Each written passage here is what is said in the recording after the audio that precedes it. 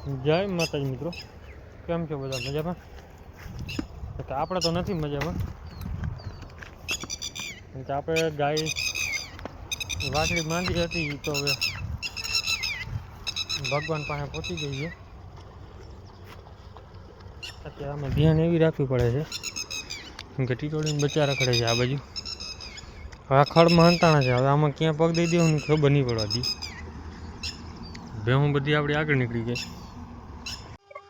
તો આપણી વાછડી છે ને કાલ બપોરે જ મરી ગઈ હતી. પછી આખા દિવસમાં વિડીયો બનાવવાનું મન થતું નતું. આપણે હતા નહીં બારે, આપણે ભાઈ ફરજિયાત જવું પડે એમ હતું. બારે ગયા હતા, રાતે આવ્યા હતા.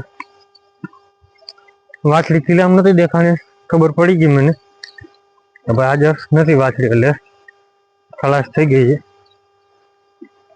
એમ કે ભગવાન ઈચ્છતો ઈ ખાઈ ગમે એમ થાય, કેમ કે અહીંયા કોઈનું હાલ એમ નથી, આપણું હાલ એમ નથી. અહીંયા માંડ કરીને એક વાછડી દીધી હારી, એ પણ ભગવાનને ગમ્યું નહીં તો પાછી લઈ લીધી.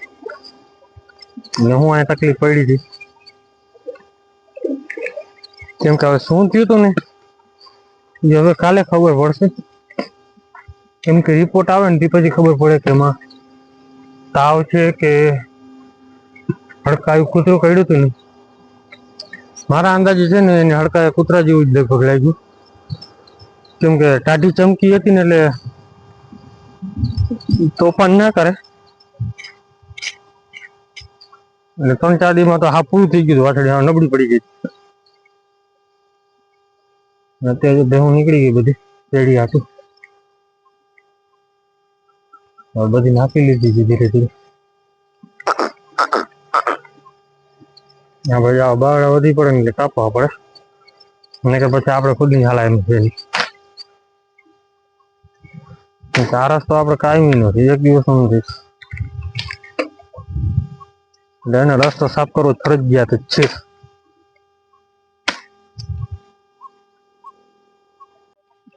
તો અત્યારે આપડી ભેહું બધી આવી ગઈ પાછી ચક્કર મારી, ને આપડી જમના પણ આવી ગઈ. પછી જમના હવે થોડોક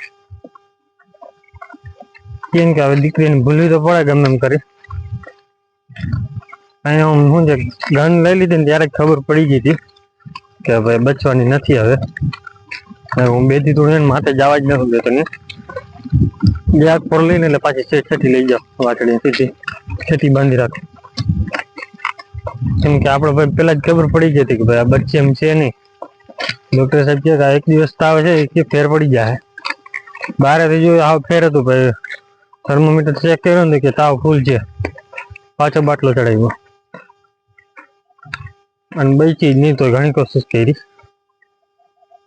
નથી, ભેહું બધી નાખી લીધી છે. અત્યારે હું ગાય જવા દો, ચક્કર મારી લેવો અહીંયા બીજી આવે. ભગવાન કિસ્મત દિયા હારા કરે ને આગલા વેતરમાં હારી વાછડી આવે તો વધારે સારું. કેમ કે 4-5 મહિના વાછડી કરી લઈએ ને પછી મરે ને તો પછી બહુ લાગે. હવે આ બધા બે કમિશન છે થઈ જાય ને બી વેલેરી, એટલે બે ગાય વાછડી લઈ આવે. કેમ કે નોર્મલ તો જ ના મુકાય, વાછડી વાર આવે છે મૂકી દે ફાયદો રહીએ. કાંકરે રોજ જો વાછડી વાળો જડી જાય તો મૂકી દો, નકર પછી એમાં એક ટ્રાય કરી લેવું. કેમ કે તાત્કાલિક જળશે એની ડોચ. અત્યારે બધી નદીમાં ચરશે, આપણે પછી આમ માથે ફરીને જવાનું છે. ઓલા પતરા દેખાય છે ને અહીંયા, કેમ કે ભેહું બધી અહીંયા જ આવશે તો અહીંયા જવાનું છે. તો સીધા એ બાજુ નીકળી છે. તો આપણે છે ને બધી ભેહું નીકળી હતી, ખાલી 4-5 પારેડા ને બધી રહી ગઈ હતી પાછળ. થોડા બધો પપ્પા પકડી લઈએ એટલે છૂટ જ થઈ ગઈ હતી. ઘરે જવું એટલે જલ્દી માં ભાગવા તોફાન તો કરે અત્યારે ઘડીક વાર. કેમ કે બધા ખાવાની મરજી રખડવાનું છે, જ્યાં બાવડો દેખશે ને એટલે પેડિયા ખાવા સીધા જ ભાગે. એક ફેરે રાખીએ એટલે જ્યાં સીધી જાહે, કેમ કે ભેહુંનો નિયમ છે. ભેહું ગાય બધી એક ફેરા ખાયા ને એટલે એ બાજુ આખો એટલે છૂટ થઈ જાય. હવે અહીં આ બાજુથી નીકળે પાછી આ બાજુથી, કેમ કે આ બાજુની મજા આવે વધારે, ચક્કર મારી જાય. પેડિયા ખાવાનું જડી જાય તો સીધું પાણીમાં બેસી જાય, નીકળી જાય. તો તે બધું નીકળી જાય, છૂટો છૂટ કરે. આપણી જવાનું છે ને છૂટો છૂટ ઘરે ભાગી જાય. આપણે ફાલી નહીં 10:30 થઈ ગયા, એટલે તડકો તો થઈ ગયો છે, ફૂલ તડકો છે અત્યારે. કેમ કે આપણે ભાગ દો, કેમ કે ધ્યાન મોબાઈલમાં હોય, ખાડા નીચે આવે ને એટલે આપણે પડે કે આમાં એક પડે કે આ મોબાઈલ પડે, 3 માં એક વસ્તુ પડે થોડીક ગયા મેન આપણું. અત્યારે ભેવું લઈને આવી ગયું ઘરે